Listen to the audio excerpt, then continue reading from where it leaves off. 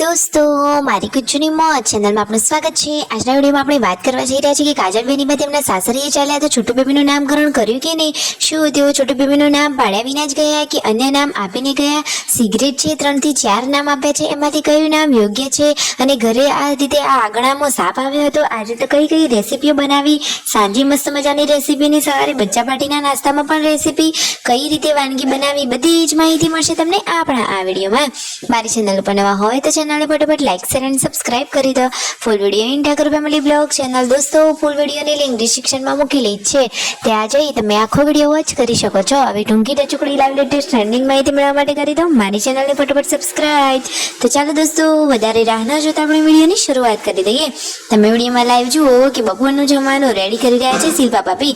બચ્ચા પાર્ટીને નાસ્તામાં આજે પાર્વતી ભાભી કંઈક અલગ જ રેસીપી બનાવીને આપી હતી, કારણ કે એમને તો સ્કૂલમાં બે નાસ્તા લઈ જવાના હોય ને આજે તો બપોરના જમવામાં થોડુંક નાસ્તા જેવું પણ સાથે બની રહ્યું છે, એ બની રહ્યા છે આલુ પરોઠા। તો જુઓ તો ખરા કે કેટલું સરસ મજાનું આ સ્ટફિંગ તૈયાર કરી લીધું છે અને અહીંયા શિલ્પા ભાભી આલુ પરોઠા બનાવી રહ્યા છે ને ગરમા ગરમ જમવાનું રેડી થઈ ગયું છે અને બધા લોકો ગરમા ગરમ જમવા માટે પણ બેસી ગયા છે। મસ્ત મજાનું મગનું શાક બનાવ્યું છે, સાથે છે પરોઠા અને ઠંડી ઠંડી છાશ। બધા લોકોને આજે તો જમવાની મજા જ પડી ગઈ। પરિવારના બધા જ લોકો જમી અને પછી આરામ કરી રહ્યા છે, કારણ કે સાંજે વહેલા ઉઠીને કાજલ બેનીબાને મૂકવા જવાનું છે। તો એમને મૂકવા માટે કોણ કોણ જવાનું છે, શું બેનીબાએ નામ પાડ્યું કે નહીં, છોટુ બેબીના કયા કયા નામ આવ્યા, બધી જ માહિતી તમને મળશે આ વિડીયોમાં। તો ઊંઘી ઉઠીને હવે કાજલ બેનીબા તો જુઓ રેડી પણ થઈ ગયા છે, સાસરીએ જવાનું છે એટલા માટે એમને તો સાડી પણ પહેરી લીધી છે। એમની સાડી સરસ છે ને તેમને આ સાડી સરસ લાગે છે। બેનીબા હંમેશા ખુશખુશાલ રહે ને હસતા રહે, કારણ કે બેનીબા ખુશ તો તેમના પિયરિયામાં બધા જ લોકો ખુશ, સાચી વાત ને દોસ્તો। જુઓ મિતાંશ તો હવે અહીંયા મસ્તી કરી રહ્યો છે, જુઓ સૌનો લાડકો ક્યુટ કાનુડો। બેનીબા તો રેડી થઈને અહીંયા બેઠા છે અને બધા લોકોને ચા પીવાનો ટાઈમ થઈ ગયો છે, તો બીજા બધા લોકો હવે ચા નાસ્તો કરી રહ્યા છે ને બેનીબા અહીંયા બેઠા છે। કાજલબેન તો સાંજે ચા નથી પીતા, ફાઇનલી હવે જવાનો ટાઈમ આવી ગયો છે, તો કાજલ બેનીબા હવે પિયરમાંથી લઈ રહ્યા છે વિદાય ને જઈ રહ્યા છે સાસરીએ। તો જુઓ બધા જ લોકો એમને મૂકવા માટે અહીંયા બહાર આવી પહોંચ્યા છે। આજે તો પાર્વતી ભાભી એમની સાથે જઈ રહ્યા છે।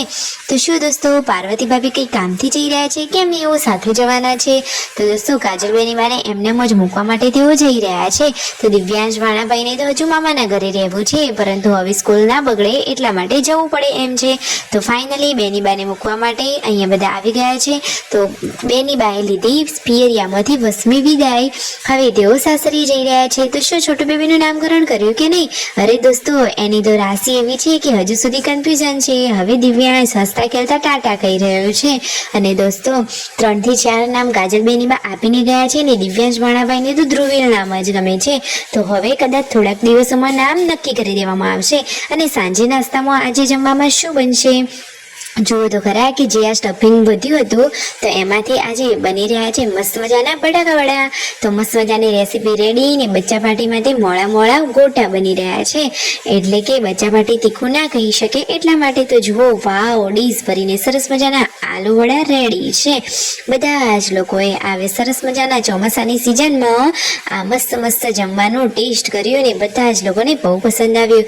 જેન્સીએ તો બહુ વખાણ કર્યા। તો like share and subscribe my channel।